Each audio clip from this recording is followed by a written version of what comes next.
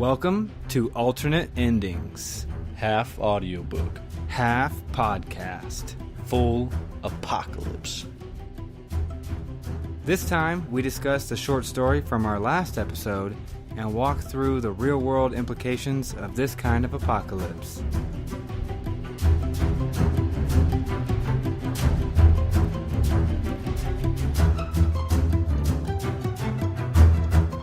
Hello, listener, and welcome to the recap episode for Second Chance, our dinosaur story, and I was really proud of myself. I was able to hold back for like 6 or 7 stories before finally jumping in to one I knew I'd have to cover eventually, and that is the dinosaurs. I say about time, personally.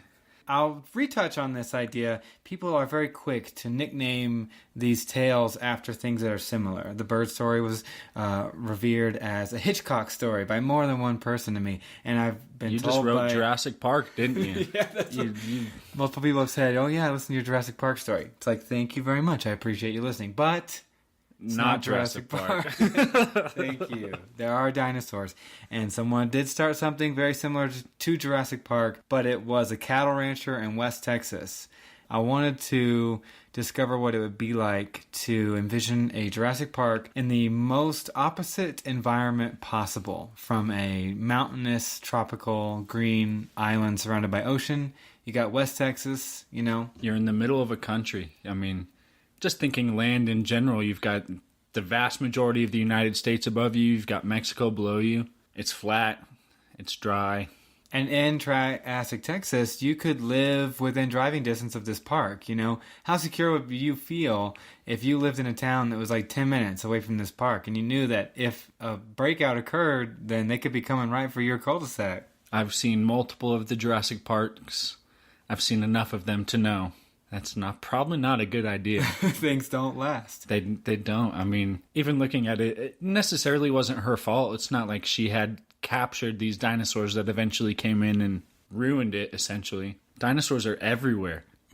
Yeah, they start to be. And that's all part of... I think it's part of the master plan of the billionaire who comes in and is the one introducing the dinosaurs in order to have them be what he thought they should be, the apex of creation of life. Yeah, he felt they were robbed, that they deserved a second chance because the meteorite took them out, and he felt like, let's even the playing field. Let's have an evolutionary, Darwin-inspired chess match between humans and dinosaurs, and let's see who comes out. And what's a better way to do that than to introduce a gene flu, to introduce any sort of mass epidemic. I almost said pandemic, but I mean it's worldwide. It's all of everyone is affected by it. I mean we start the story thinking, oh, okay, so this is a sickness that goes on, and then that's the main problem that goes through. Just to have the hunters all of a sudden come in contact with velociraptors, who, for all we know, it's either the first contact or it could be the 100th contact, and still people don't know because they're so worried about the gene flu. And how much room is there for news stories about people who say that they've seen these extinct dinosaurs when half of the world has recently died in the last 5 years? You know, that's not going to move to front page news very fast. Out of sight, out of mind. If you're personally not walking down the street and there's a stegosaurus, a T-Rex to your right, you're probably not going to care about it. When you're thinking, all you can think about is, I just lost my mom. Oh, I just lost my daughter. Oh, my next door neighbor, their whole family is dead. You think back into the olden days, like the Dark Ages, the flu basically killed like half the population of Europe. Imagine this in a scale that is the entire world. On top of that, it's on purpose. I mean, obviously no one necessarily knows that yet, but it just takes on a whole new meaning of level the playing field by kind of putting humans below them for a second and see, okay, if you really are the best, then you can overcome these dinosaurs. At least that's kind of what I think about it. Yeah, and it was a big rabbit out of the hat trick for me, because I thought there's no way that Melvin and his team would be able to disperse all these dinosaurs if the world was functioning perfectly as it is today. You know, a couple federal government agencies would see these dinosaurs, they'd capture them and they'd do some investigation and they'd put a halt to it, I think, relatively quickly. They'd find out where they came from and it'd be nixed. But if you have every local, state, and country government mourning everyone they've lost and trying to scrape together some way to piece together if half the world has died. On top of that, a cure. Yeah, no cure. I feel like if they didn't level the playing field, personally, I think it becomes a sideshow. I mean, you've got dinosaurs, so they say, okay, well, we're going to cut you off. You have no longer a part of this, but thanks for all your research. We're going to make some money off of this. We're going to turn this to the side. We're going to make our own Triassic Texas or Jurassic Park or whatever. If this is in the same universe where they saw the movie, you know they're going to make some sort of money off of it. But the flu, there's so many things going on. Like you even talk about, it's no one's first thought to worry about a pterodon flying over the head when everyone in their family is sick and you don't know if it's because they have the cold or if they're about to die from a genetic virus, a genetic flu. Yeah, and people didn't know how it was spread. There's terror in that, and not even knowing, like, you know, when we think of a flu, at minimum, we know what the symptoms are and we know how to treat it. But if this disease is switching on and off gene receptors at the genetic level, there's no way to know how it's going to affect you. Literally different for every single person. Yeah, we've got the same base, but it's all ran so differently. And I talked about it kind of a little bit in one of the past stories in The Change. Genes are so difficult to mess with at all. I mean, there's a reason they are the way they are. Literally millions upon millions of years of evolution that dictates this. And then all of a sudden something comes and throws a curveball. You're not going to be able to overcome it anytime soon. And if you think about distraction too, so let's say that all of a sudden a bunch of dinosaurs start getting seen in Oregon. If there is some semblance of an organization that could do something to stop this, to find it, to capture them, while they're trying to track down these dinosaurs in that original location, like Oregon or, wherever in the world, there's already dinosaurs being dumped elsewhere. Melvin was probably peppering them in and, tonight we're going to do a huge dump in South America. So then all of a sudden press starts going to South America and then he switches to Europe. And people have no way to predict if you're just dropping them off everywhere. And I would think in a week, maybe even a month of just dumping off that many dinosaurs, it's already out of control. It literally would not take long at all. No one knows that this person's dropping off dinosaurs. I think the primary first thing is how did they get here? If the flu wasn't there, they'd probably have the ability to go track down and figure out, oh, I see there was activity last night over here from 30 giant helicopters that came in and came out. Okay, well, can we see where they went? Or let's notice a pattern. But if everyone's worried about being sick and all of a sudden you walk upon any sort of dinosaur, I think your first thought is, how did it get here? Not who put it here. Yeah, because that wouldn't even be a thought in your mind. Yeah, I mean, hell, the first thing you'd be doing is freaking out. Yeah. Because you're seeing a triceratops that should be extinct, but there's something in many of us that we just love dinosaurs. How many people still, as adults, just daydream about the possibility that dinosaurs could be here and what it would be like to interact with them in person? There'd be such a shock and awe value that I think even that would take so long for people to get over. Not to mention, as you've said, their brain's already overwhelmed because they've probably lost 40-50% of the people in their life. And now I'm staring at an Allosaurus. What do I do? There really isn't anything you can do. I mean, there's a reason that all the people end up in these communities because they don't really stand a chance in that aspect. I mean, yeah, we've got guns and all that the military equipment to be able to fight it back. But I mean, if there's enough of them, you're not going to be able to fight back, really. The average person is going to die, if not from the flu, and you're still the first people inside of in your neighborhood that are staying there. There's a good chance that you don't survive. You're going to the grocery store or whatever semblance of one there is left. And you never know what's going to come and get you during that time. You could be the best Mark Smith. You could be the best person who has collected a lot of guns. You have resources. You have good SWAT training. And if you step outside and a herd of stegosaurus think that you're a threat to their young and they're swinging 2-3 foot spikes at you and these fully armor-plated tanks. Yeah, they're plated entirely. You have no chance.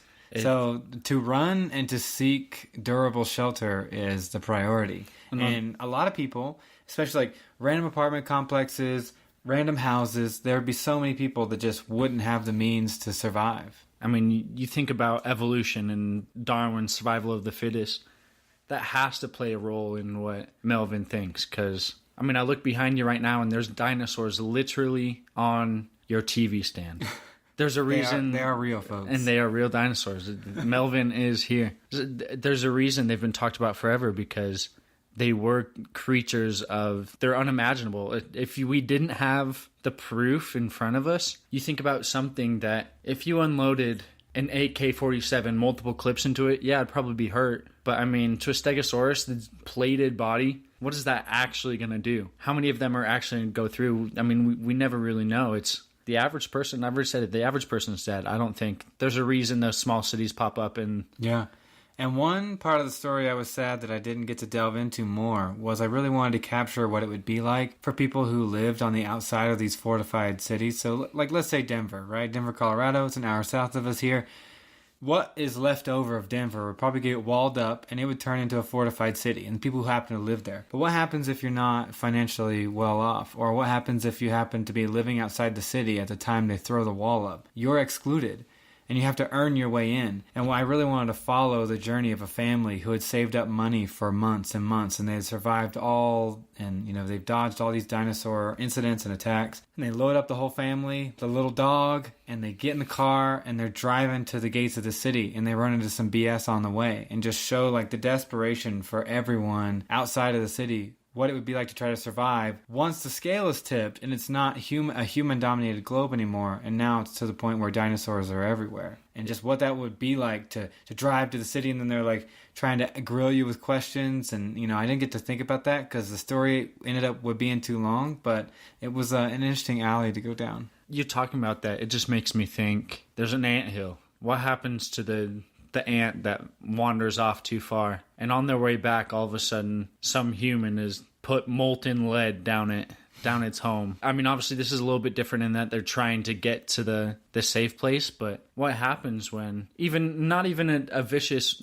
dinosaur like a brontosaurus, just something huge, comes through your town while you're saving up money, and all of a sudden your house is completely destroyed? Or you're driving along the road, there's multiple velociraptors going at it, and then they see some fresh meat, your car going by. Obviously, they're going to be interested in you. Yeah, driving by. Maybe at that point, they're smart enough, or at least have the recognition of, oh, I know what's inside of that, and that's easy prey. That's a good point. If velociraptors are as smart as we think they might have been, they would know that a moving vehicle meant humans were inside, and they could probably, if you weren't going fast enough, like imagine trying to drive through a city and you're weaving through cars, down stoplights, things have kind of rubbled out and turned to shit, and you're being hunted by a pack of raptors whose main goal is to like chew your tires out so that you can't drive anymore, and then all they gotta do is either wait for you to get out or bust in. Yeah, say chew your tires, kick your windshield down. My first thought, if I'm honest, is dinosaurs. Wow, that's amazing. I wish more than anything I could see a real dinosaur. And I think a lot of the people would probably think the same. Hey, wow, there is a beautiful extinct creature living in front of me. 5-10 years down the road, Melvin's released 30-40 times more, on top of the fact that obviously they're going to procreate on their own. They're a pest at that point. I mean, what's the difference between rabbits in Australia and overpopulating and becoming a problem with crops and with so many different things, and dinosaurs? I mean, besides the fact that dinosaurs are a trillion times bigger, but and cooler, and much cooler than rabbits. But it's like tags, right? For hunting, if there get to be too many, then it becomes a pest, and then eventually it could actually be invasive for other species. And through calculations, of park wardens and game wardens and stuff, we try to figure out what's the optimal level for the health of the ecosystem. And, we also, as people, like to differentiate between animals like rats. Oh, that's ugly, kill it, I don't want it, versus a squirrel. How cute. I would love to have that, right? Yeah. So it's like dinosaurs, at first we'd be in such awe, we wouldn't want to kill them. We would want to, some people would want to profit off of it, like Cheryl of Triassic Texas. How can you not? But some people just want to see it. And then, there, like you said, this creeping realization comes in of, oh my goodness we've lost the world to these creatures because they're on every continent and they're everywhere you look. I mean, do you think that's one of the professions in this future? Like, how this family that you considered, how are they saving up this money? Are they...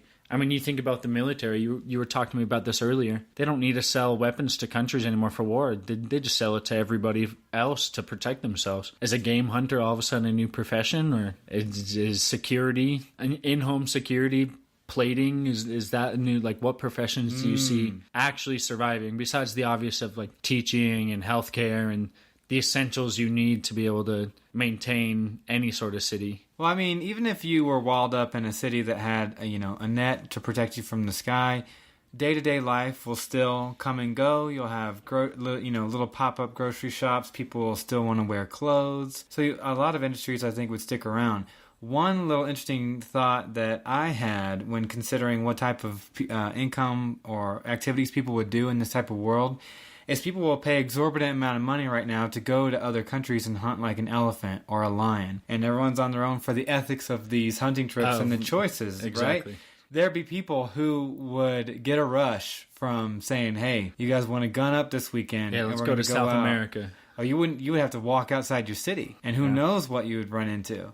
And I think maybe there could be guided hunting trips or people who just feel the need, like, dinosaurs took this world from us and I don't mind going out and killing some, so people just go out. Or for the rush. Like protection groups. Like, let's say that my city has fallen into a drought and we don't have enough water, but we have a lake that's 5 miles away and we need to get there and back. Well, it might be nice to hire some private security who feel like they can take down a T-Rex or something bigger, like a Mapusaurus, mentioned in the story. The Mapusaurus.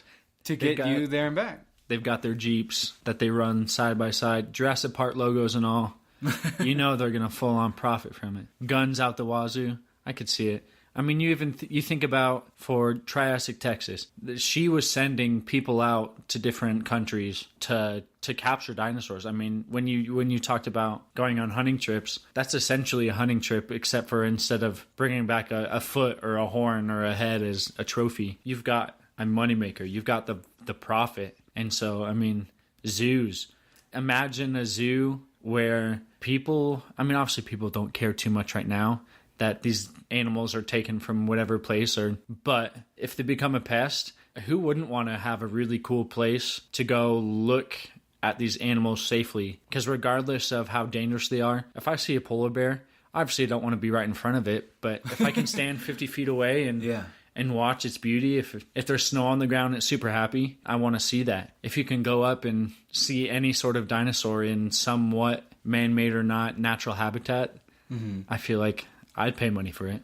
And that was one of the ideas behind Triassic Texas, because think about lions and tigers, right? They're in so many zoos, and they're also naturally roaming in parts of this world. And one of the arguments against something like Triassic Texas is, why would anyone pay to go to an attraction to see these things if they're already all over the world? Well, we do it every day. We pay to go see anacondas because I'd rather see it behind a plated glass than think it might be in my river stream trying to gobble me up. Entirely. I think even part of it is, how did they get this animal inside this area in the first place? And the trouble they must have gone through. I mean, you talk about some of the bigger dinosaurs that they had to capture, and they lose many, many people. I mean, I don't think any job outside of the cities, outside of the walls, is safe anymore. You still have to have some... Well, it was at that time. At the time, yes. Texas. But post, after that, it isn't safe. And I mean, you even think about, you have to maintain certain parts in between. Who's the crazy one? Who's the underwater welder that they're going to hire to go and fix the world outside of where they live? Yeah, I mean, people will be trading between cities. And if your establishment grows a lot of fruit and our establishment grows a lot of vegetables and we don't have the environment to grow the opposite, there's going to be some trading involved. But guess what might just happen to be in between your city and mine when we need to trade vegetables and fruit this weekend? It could be a tiny oviraptor, or it could be a giant Spinosaurus herd. You don't know. The king of them all, the T-Rex waiting for you. Well, I mean, how... Not even the king of them all, sorry. But they're still badass. I was going to say, I was doing some dinosaur research for this story. And before writing the story, I did not know about Mapusaurus. But I wanted to find something that wasn't just a Tyrannosaurus Rex. I want to do something off the beaten path. And it was neat to find out about Mosasaurus because we now think that T-Rex was a scavenger. And one of the recent articles I found was they think that if the way that the T-Rex bone structure was, they think that if it had tried to run at full pace like we show in Jurassic Park and, dramatic Hollywood films, it might have actually broken its hips. They think it walked slow, like a chicken or a vulture, and it mainly was a scavenger. But Mosasaurus, several of the dig sites indicate that they hunted in packs. So not only was this creature bigger than a T-Rex, but they hunted in large groups. And I thought, that is freaking scary. And so that's horrifying. What I wanted to descend upon Triassic Texas. I no joke just got goosebumps thinking about a dinosaur bigger than a Tyrannosaurus Rex. That's obviously the most commonly portrayed dinosaur. But to think of something bigger, just as ferocious, and now finding out more ferocious. And they were coordinated. They hunted in groups. I mean, there's obviously... animals now do that type of thing, and there's smarts to it, but what happens to the dinosaurs as they continue to evolve? I don't know if you necessarily stated this in your story, but I know we talked about it. What happens to their evolution? Like, how fast are they evolving? Does Melvin program some sort of, they're going to get even better at this point, or at least have the ability to do so? Like, where do dinosaurs go? I think as far as I was concerned, the only thing he hijacked was their rate of conception. How fast they could procreate and have new babies and mature. But at the same time, that's what happens in evolution. It's just a matter of passing genes. Lineage, exactly. One mutation is what makes that next dinosaur just that much bigger or that much stronger or see that much further or be that much smarter. Yeah, no doubt there'd be new breeds that happen eventually. And they'd have to keep cataloging them because they'd be changing based on where they lived and what helped them survive better. I mean, I'm a biology person myself, and I know I would love to have a job where I go out and, through the safety of, a very strong, fitted team, to go out and look for new dinosaurs. I mean, there's people the ocean is huge right now in finding new species just because it's so unexplored. Can you imagine it's been 300 years and you're like, all right, let's go to this forest that we've all been terrified to go to, and you go into it and all of a sudden there's this teeny dinosaur hanging on a branch. You're like, whoa, this is beautiful. Or what happens to the remaining animals that are there? Is there any sort of cross breed possible that you see a crossbreed of a lizard? And I mean, a lizard is very dinosaur-like, but I mean, that's what makes it possible. Like a modern gecko and an ancient gecko, like what does that create? And one thing that I glanced over but didn't touch on much is that people thought that they could move north to get away from these warm-blooded reptiles, right? But I just said that they found other issues. And one thing I found when I was researching news about dinosaur fossils is that very recently we have found that there were dinosaurs who could live above the Arctic Circle at that time. So I forget where that land has shifted now as the continental drift has moved around, but it indicated that at least some species of dinosaurs that we're finding now were capable of enduring and living in winter conditions, which suggests that they are not just warm-blooded lizards like we thought. And it also plays up to this ever-evolving and updating thought that dinosaurs had feathers. If they weren't completely feather-covered, they had some on them. And that's why I really wanted to throw in there that when he first saw it, he was so confused because it had more feathers than a person may think of dinosaurs having right now. You think of scales and you think of tough, leathery skin. But, I mean, like you said, one of my favorite things to read about on the internet is what they find in amber. Like, how crazy. Classic Jurassic Park moment. How did you get this DNA? Oh, I found a mosquito in the amber. Like, but, I mean, we find things like that all the time. We find obviously they're smaller, either dinosaurs or insects from that period. At the same time, you can find like a full specimen trapped in amber, or like the tar pits.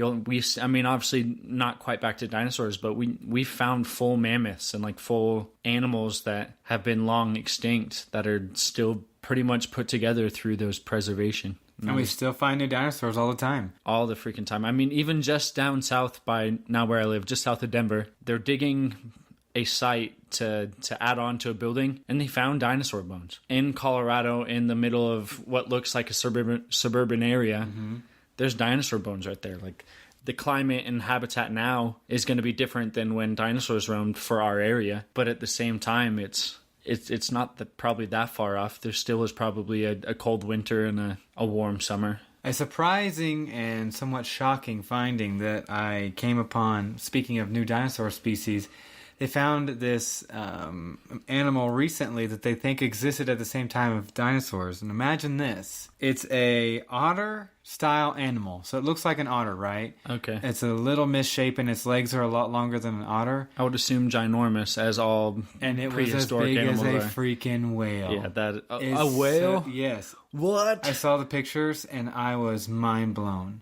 My first thought was horse. Like how big this thing was. Oh my gosh, and it looked that like is ridiculous. This, like misshapen giant otter. Like, okay, you want to talk about next level terrifying? Don't go to the beach if that thing's going to be out there waiting for you.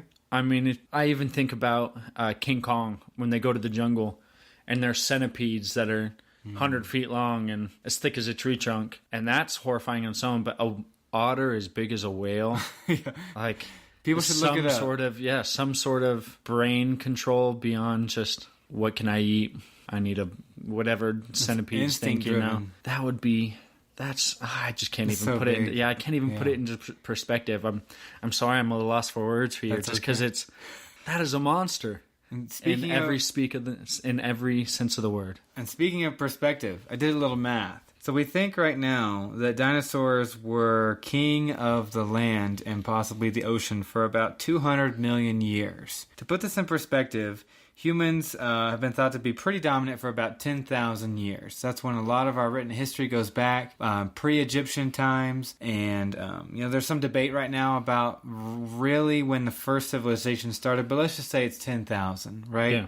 So 10,000 for human beings, and look how far we've come, compared to 200 million years for dinosaurs. So, I did the proportion. If 200 million years, if dinosaurs equaled 1 year, humans at 10,000 years is 26 minutes. Dang.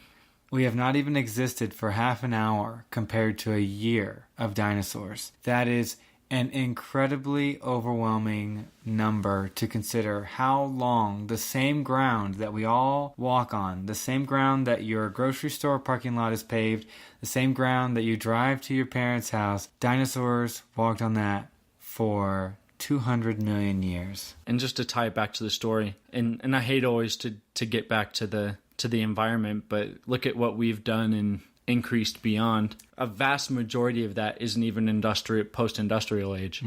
So like if you think about the impact humans have had, what we might consider peak-ish of our abilities compared to what dinosaurs did in 200 million years. Yeah, you can say, oh, they're just stupid lizards. Can humans last 200 million years? Right. That's the question. And that was part of Melvin's final point. Is look at how you've squandered this planet with the little amount of time that you had. And dinosaurs were here, and they left no irreparable trace after 200 million years. And you can argue, oh, yeah, that's just intelligence, or, oh, no, this is just a cycle. Yeah, dinosaurs went through cycles, too. They've found a way through it, and hopefully we can, too. But obviously, it's just so different at that point because I'm assuming we don't know a ton about dinosaur communication, but they weren't making podcasts, that's for sure. They weren't doing my taxes. Yeah, exactly. Dinosaurs are stupid. It's so hard to compare, but at the same time, Well, it comes with a responsibility. Yeah. If we're smart enough to ponder the stars, the universe, build houses and skyscrapers and come up with countries and symbols like flags and language and meaning. And full systems, how to distribute wealth and to make cities run. Yeah, sorry, keep going. We should take a look in the mirror and think, how can we be as sustainable as something that lasted 200 million years? I don't think we're asking that question. I think we just need to think, what would a dinosaur do? What would a dinosaur do? What would a dinosaur do? Man, that's going to be some alternate endings merch right there. That's going to be one of our t-shirts. The first t-shirt. That's right.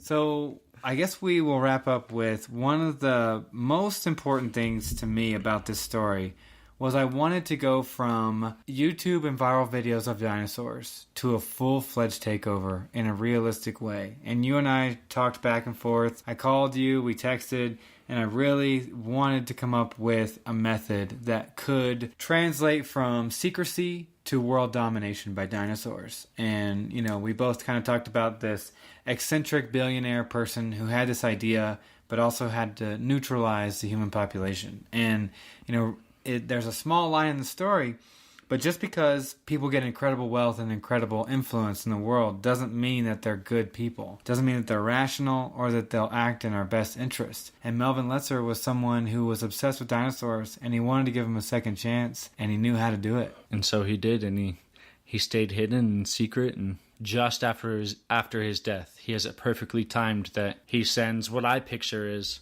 Amazon drones flying around. He sends out a copy of a book where he basically explains his life, and then at the end is like, oh yeah, by the way, I'm the one who created the flu. I'm the one who killed billions of people. Oh, and also, by the way, on top of all of that, I'm the one who introduced the dinosaurs that you fight with every single day. Here's my reasons, and you guys buried me and gave me a funeral of a hero. Yeah. And whether you would still think so now, I think it's the burial I deserved. And like you said, just because he was rich doesn't mean he was good, or doesn't mean that was right, but that's what he thought. And you can talk about how unrealistic it may be that this entire group of people, for some reason, worked on this project for 60, 70 years and nobody was ever caught. You can say that's unrealistic, but I thought it would be just so cool to imagine a worldwide effort that nobody knew about. And just how kind of sneaky and dark, but also cool that would be for a large group of people to pull off something like that. To pull a cruise liner in the middle of the ocean and just start releasing cages, and having semis going through the countryside, just letting dinosaurs go. And if anyone got caught, some strings were pulled.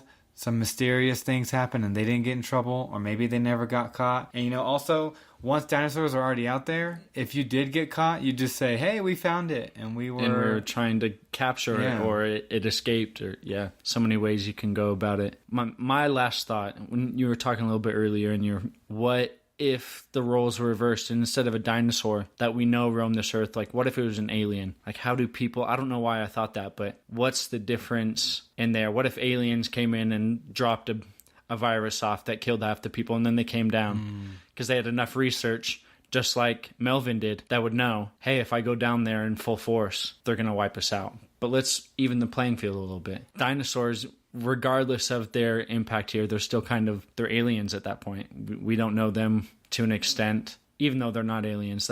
That's I kind of got a feeling of this is something foreign, and humans are going to fight against foreign. Possibly a future alternate ending story. Get ready to come. So that's about it. Second chance. We wrapped it up. Dinosaurs. We'll put a very tightly locked box on that subject for now. And with that, death comes for us all.